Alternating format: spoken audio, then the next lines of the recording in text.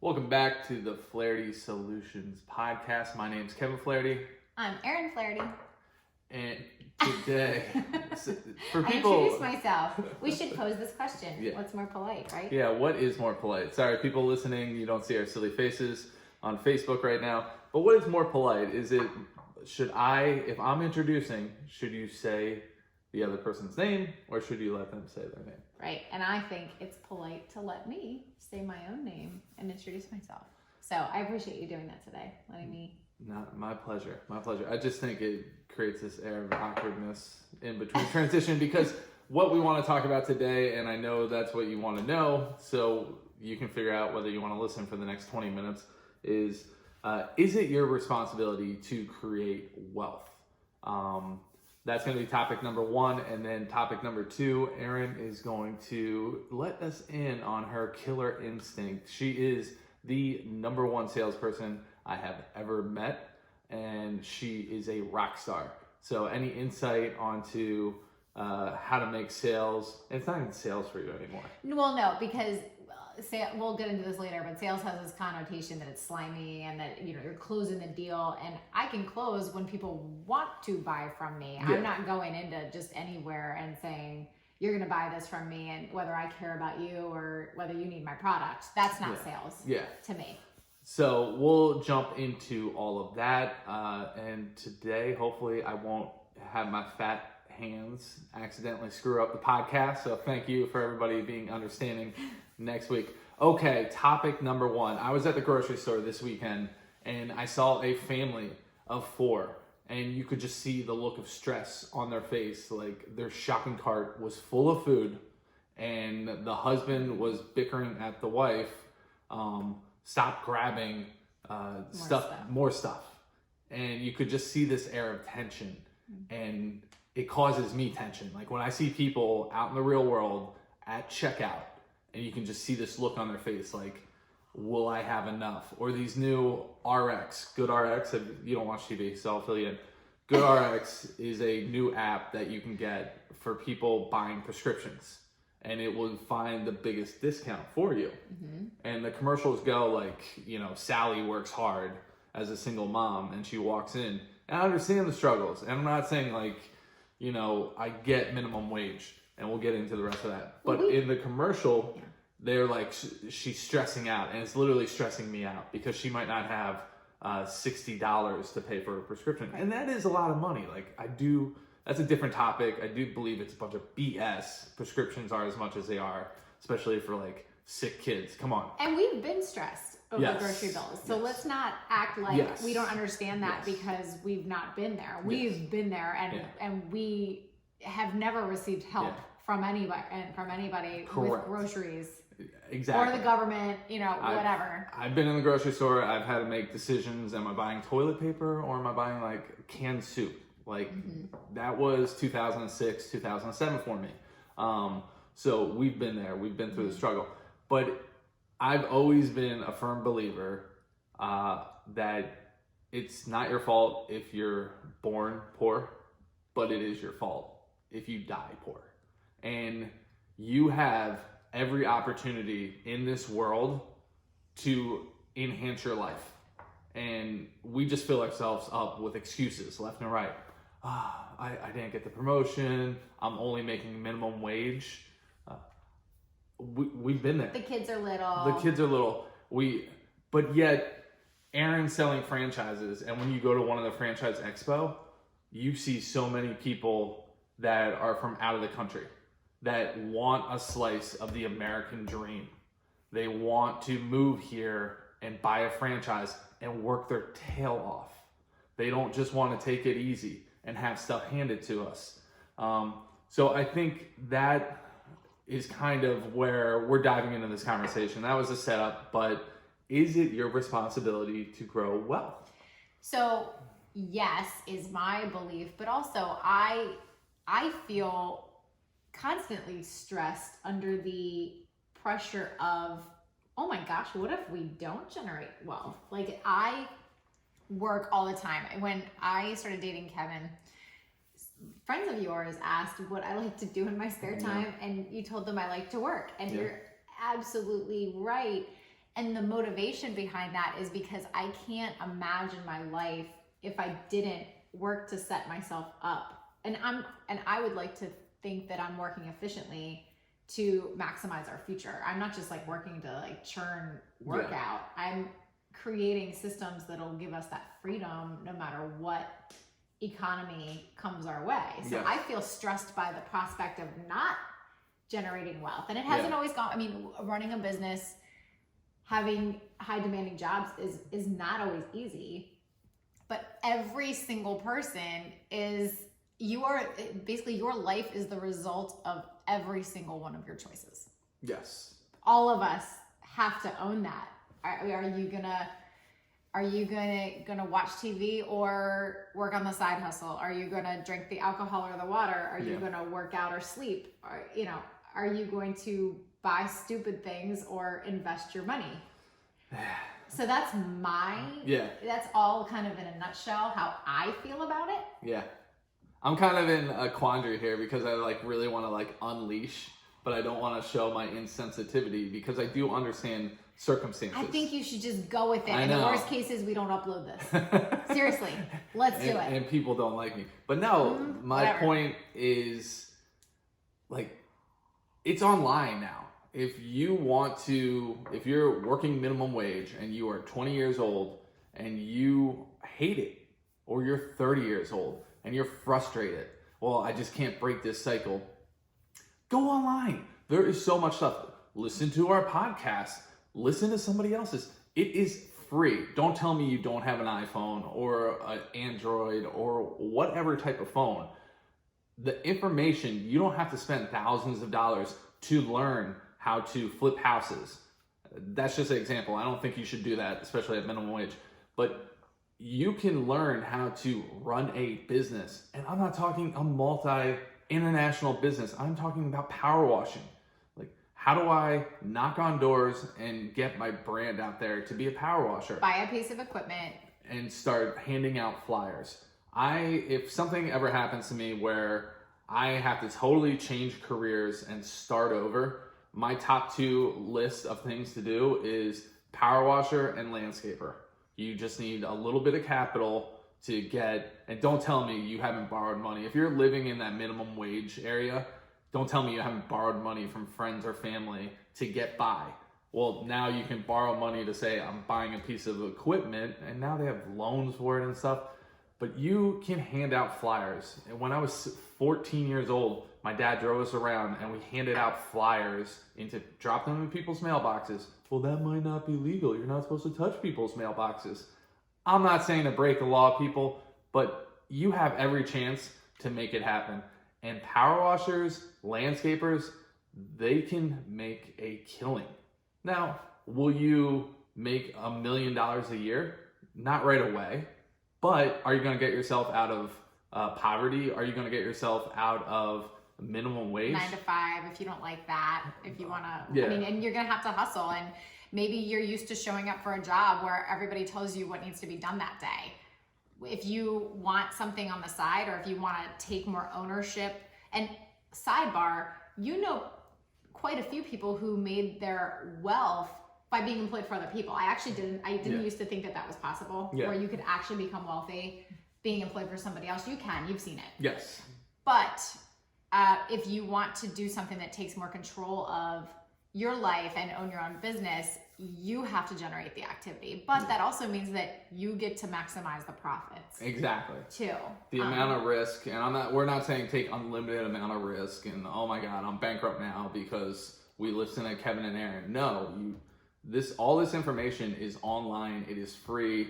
You can start teaching yourself. Oh, I'm too tired when I get home from work. I don't have time to research this stuff. Then don't complain. That's my point. Mm-hmm. Don't complain about your grocery store trip. Don't go on Facebook. Things are so expensive. If you come home from your 9 to 5 and then you don't make yourself better. I failed at every job I had before my job I do now. I had about 6 or 7 jobs and they were not the job for me. But I didn't come home and just sit and pout. I kept working towards, how do I get to that next level? How do I get to that next level? Mm-hmm. And the information's out there.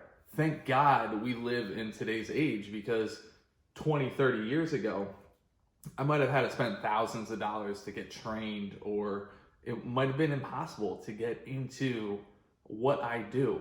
Now, you can go to the public library for free and go online and start researching this stuff. And it all comes back down to you. What are you really motivated? Like, you just got off your 14-day challenge. Cheers to everybody on the 14-day challenge. Thanks for joining us. Pop that glass of wine open at night and enjoy yourself. But you made a really hard decision. Like, I am going to really put effort into this. That's the same way with getting on your way to having more money. We use the word wealth, but what would you define wealth as? So wealth to me is more money than you need right now. So wealth is money that's working for you behind the scenes that you won't need to touch in the next 6 months. And you've talked about people living paycheck to paycheck. Why don't you touch a little bit on that? So 78% of Americans, 78% of Americans live paycheck to paycheck. And we were part of that statistic for years. All right. It drove me mad. Like, how can I be part of this? I need to be part of the 22%. We were working hard. We were working hard. Slacking. We were, but it was mind-numbingly frustrating. Like, how is this possible? How are we not saved yet? And it took a lot of effort, but I wanted that since I was 14 years old.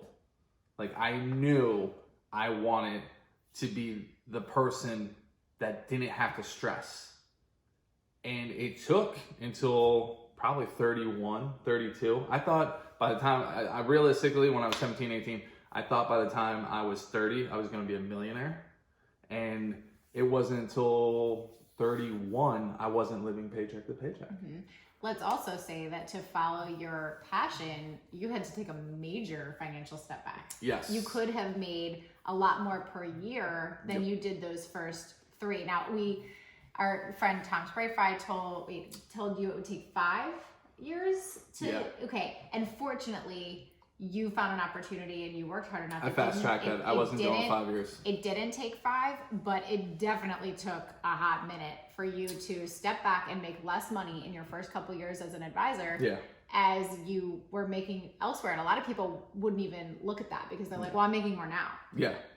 And so a lot of my friends asked, what does it take? And I told them, like, look, the first year as an advisor, I only made $18,000. Actually, that was first 9 months. And then I got into the right situation. And this month, 10, 11, 12, I think I made $18,000 in those 3 months.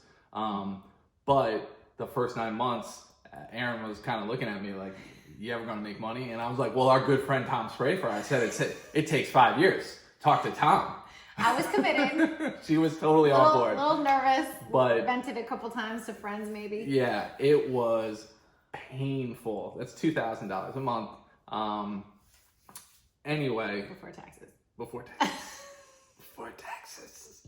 But I was driven. I was like, this is my career. I know it. And as soon as I got into the right firm for me, I took off. And then I remember talking to my boss, and my boss was like, you're so motivated. I'd come home and I'd break open a laptop after some family time. And I was like, I can't go home anymore and see my wife disappointed. Like, I need to have more.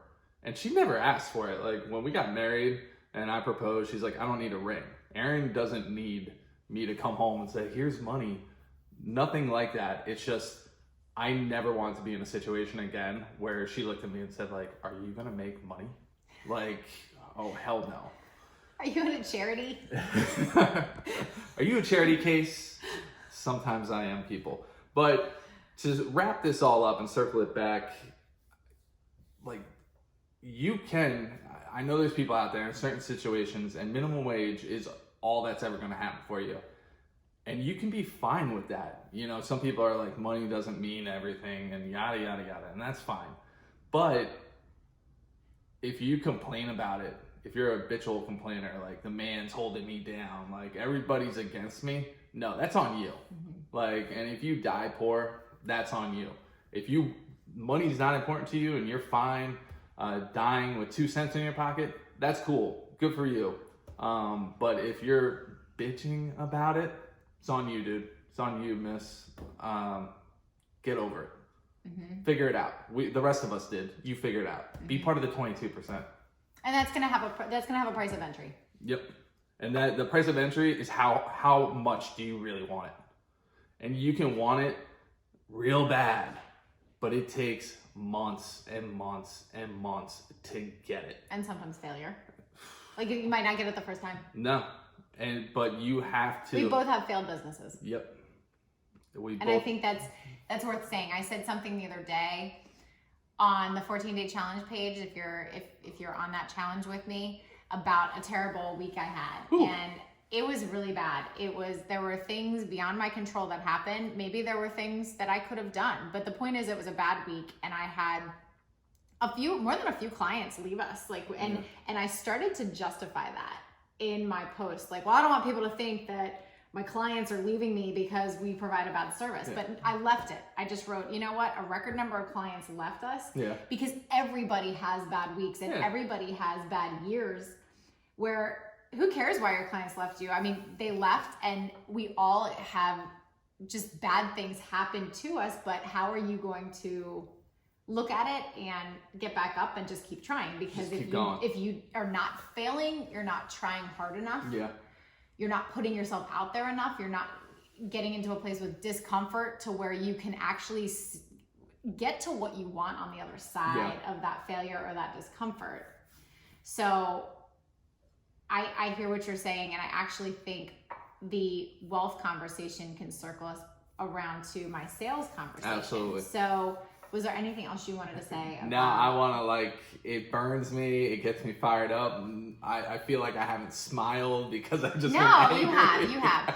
No, so I like your landscaping and power washing examples because from a business standpoint, they are things that people will need more than once. I mean, product businesses can do really well, but I like when someone is trying to come up with a way to make money and it's something that people are going to need more than once. Yes. So landscaping especially, grass grows. Ooh. And bushes grow. And so as long as you can position yourself, if you're like, that's it, I want to cut lawns on the side. I mean, it is seasonal. Yeah. But then apparently there's a lot of money in snow removal and normally it goes hand in hand. You fall into that. Right, but it can be a seasonal business where the fall. Seasonal. I know. Seasonal. So I like the fact that something is needed more than once that you are offering. But on the other side, when I started my business, I wanted something that I could do from a computer because I had a new baby. And I thought, well, what's going to happen when she gets sick? And as we found in our 13 years of parenthood, kids get sick all the time. Last couple days. We had a fog delay this morning. That morning never ended. Yeah, this was the longest morning of my life. It was bad. I'm glad we made it. High five. We did. So even after I started my business, in order to be there for the things, it doesn't mean that it makes it easy. It just means that was my motivation. My motivation was to do a business that I could do from a computer around my family's schedule. That was number one priority for me. And so if you are like, okay, I'm not trying to go out and start a business that requires labor, or I just don't want to do that. Do you know how many opportunities there are to make money from a smartphone or a computer?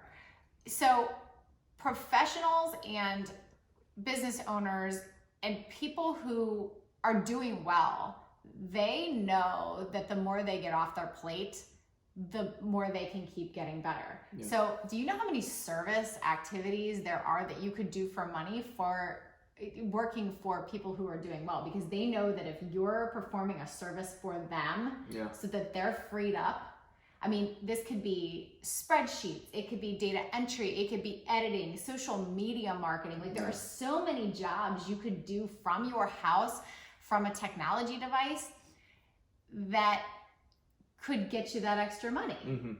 You're kind of frowning. No. Are you kind of with me so far? No, I'm definitely with you. So, and unfortunately, no one wants to be in sales. Yeah. Everyone's like, I don't want to sell things. I don't want to sell skincare or makeup. It is the best thing you can ever do. Well, but here's the thing. It's tough. But if you're putting yourself out there, and everyone's in sales anyway. Yes. So when you go to a party, yeah, and you're trying to come up with people to talk to, you're selling them on the fact that you are interesting enough to hold a conversation with. And maybe you're not. And then spreadsheets are for you. Well, or go on YouTube and figure out how to get better having conversations at parties. Yeah. We're all in 100% sales. agree with that. We are all in sales. People don't want to be in sales. You're in sales already. Get comfortable with it. So all sales is, I kind of started at the beginning, like, what sales isn't? Sales is no longer closing everybody you meet. No. And selling everyone you meet a product that you have that may or may not benefit them. That's not sales. Sales is taking what you have to offer, whether it's your personality, because that's selling people all the time, your personality, or it's not. It's taking what you have. So let's use a service like a landscaper or a spreadsheet business. It's taking what you have and communicating it in a way that lets someone know how it might benefit them. And it's keeping the process moving. Tell me about keeping the process moving. Because I think I painfully witnessed this at a job once where I'd be sitting in a meeting and I wasn't running the meeting because of for whatever reason. And they would talk for 50 minutes to these prospects. They weren't clients. And the prospects asked all the right questions, but they would never move it forward. They just gave a lot of information. They never said like next steps. Right. Here is what I need to begin working with you. Yes.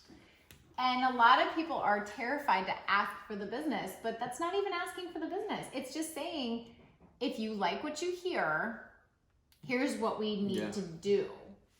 And it's not, and the worst is they're like, I need to think about it, or I'm not moving forward. Okay.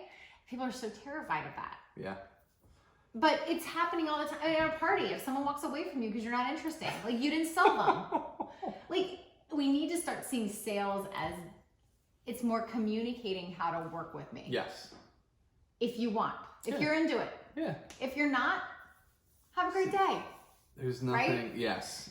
But I think that's a natural, we've been doing this I know. Well, this is where obviously I get fired up because it's kind of, it's like if you have something to offer and you're kind of denying people what you have to offer if you're not letting them know how they can buy it.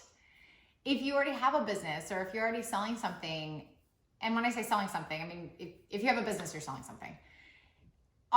Is it easy to pay you? Is it easy on your website for people to click and add things to, are you like, well, we don't take credit cards. Well, if it's not easy to buy from you or if it's not clear how to move forward, that's a sales problem. I got you beat. Yeah, we are really beating up whoever needs to hear this morning. But I honestly think if they need to hear it this morning, they need to hear it this morning. I met a young CPA and he didn't have business cards. And his thing was, find me on LinkedIn. And I said, well, I can find you on LinkedIn. But if you want to work with my 75-year-old clients, they don't have a computer. Well, it's a qualifier. If they don't know how to find me on LinkedIn, I don't want to work with that client. I was like, you're 23. You're going to work with a lot of people you don't want to work with. Just letting you know. And I haven't followed up with him because I don't want to watch that train wreck in person. It's a qualifier to find me. No, you have to be accessible. He doesn't have to be. Yeah, I mean, well, he's making minimum wage now, so maybe he's self-helping himself, professional developing himself. He just did like Odd Squad, like helping himself to the helping, self-help to himself to the, anyone know what I'm talking about? I do. Whose kid watches Odd Squad? Yeah. Working together as a team to work together. That's a good show. That's a good show. It is. So I think to tie all this together, do you owe it to yourself? Do you owe it to your family to generate wealth? Do you owe it to whomever is important to you or whatever is important to not live paycheck to paycheck and have extra and make the hard choice so that down the road you're okay. Your kids are watching. Yes. That's my biggest motivator right now. Is like we've done well, but now the kids are watching. How can we be even better? Because when they were in toddler stage, we were just kind of like on cruise control. Like life's good, finances are good, we're comfortable. We're survival mode. Not talking about raising yeah. but from a work being an and example. Finance, and we didn't have to because they were like drooling and crapping their pants. But now that Parker's investing with me, Explain that. She takes her allowance on a weekly basis, and we give her a certain amount of interest guaranteed. That's much better than a bank, just to show her what it looks like to save your money. And we did not force that in the slightest. We just brought it up, and but now she's really paying attention, and Hannah is paying attention. What things are we doing to show them like what's next level? Like living comfortable is good, and it might always be for them. Like there's nothing wrong with making good living, coming home, enjoying your life. Mm-hmm. But the way we were raised by ourselves from a finance standpoint, because like we said, we started with nothing, living paycheck to paycheck. But the way we operate, the way our brain works is we have to be she's an empire builder. I'm a wannabe empire builder. So she makes me be better. And then, but now where can I come in and help build that empire? And I think I do that on the finance side. And you also do it on the finance side. Mm-hmm. But I just have a different set of skills. Well, stock market. I'm talking about the stock market. Yeah, right. So 2 things to Parker investing and Hannah investing. Well, first of all, our kids have had a good idea for a while that we're going to be okay. Like we haven't said like, oh, I don't know where dinner's going to come from, or I don't know, we can't afford toilet paper, or we haven't said to them, maybe as long as they can remember, we can't afford books at the book fair, the school book fair. Like they know that we're doing all right. Yeah. Well, Hannah was really young though. There was things we had to say no to. Right. But my point is, now that we are doing okay, we make it a point when they want something. Yeah, we could afford that. If they want something, and again, buy the shoes, eat the cake, enjoy your money to a degree. Yeah. Enjoy it now to a degree, but still think about your future. You're probably going to live a long time. But we let them know we could afford that, but we're not going to because we have different priorities. So it's not we're not depriving. We're showing them we are deliberately making this choice not to buy that shiny thing. Yeah. Because we're investing in other things, but they know that their needs are taken care of. They get their allowance. Parker only makes $4 a week. And she does chores for that money. She got birthday money. Work for it. She got birthday money, so she accumulated over $100. Yeah. Well, it got to the point where she didn't want anything with her funds. She couldn't think of anything that she needed with her funds. So we talked to her about how there are other ways, instead of just keeping it in your drawer, that $100 could actually become $150 if you wait. And so she gave it to Kevin. After she understood that, then Hannah said, wait a minute, what's going on? So Hannah had like 60, because Hannah's birthday just happened. Yeah. So at the time, Hannah didn't have as much money as Parker. She didn't have the birthday money. Yeah. So Hannah wanted to know what Parker was doing. So she gave her 60 some to you. Yep. And every week we say to Parker, when we give her $4 after she finishes her weekly chores, we say, do you want to save this? Maybe buy some candy for yourself. And she keeps giving you the $4. Yeah. She keeps adding it. Here you go. So I think it's amazing that I'd like to think that has to do with something we're modeling. It might not. I mean, parenting is the thing I'm it's a crapshoot. Excited about is seeing Hannah save, because she showed tendencies early on to be a spender and with her money. Anyway, the thing I think that's really interesting to get your kids there, and I'll be quick, is we beat it not literally beat them, but beat it into their head when Parker is picking up LOL dolls at Target, at Walmart, wherever. And we just kept saying to her, like, are you really going to play with it? Like, we know you love unwrapping it, but do you want to spend your $10? And then it just got to the point where she did it the first time, and then we reiterated that message. When you get home, this is your money, you can buy whatever you want. Are you going to actually play with this? Mm-hmm. And then we made her say it back to us. Yes, I'm going to play with it. And then we pointed out. Who are you going to play with it? You know, who are you going to invite over to play with it? And, you know, so then in the moment, we're like, you just tossed that thing aside and you bought it an hour ago. Yeah. And so that was 6 months ago. And it took her about 3 months to start realizing when we were at the store, she'd pick it up, be like, I want it. And then we were like, are you really going to play with it? And then she 2 minutes later put it back and end up getting like a 50-cent like piece of candy. Right. So our sugar baby. Our sugar baby. All right, folks. You know the drill.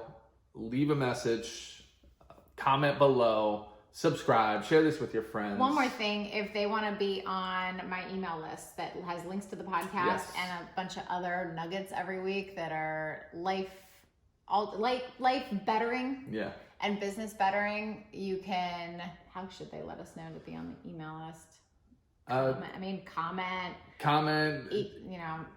If you're listening to the podcast, just go to the show notes. There's a link to Erin's email in the show notes. Fabulous. Bing, there it is. Bing, there it is. But you guys have been awesome. We look forward to next week where we will be coming back at you with some more awesome information. We find it valuable. It gets us going. It makes us do bigger things. So hopefully that's providing the same value for you. You guys have a good one. Have a good one.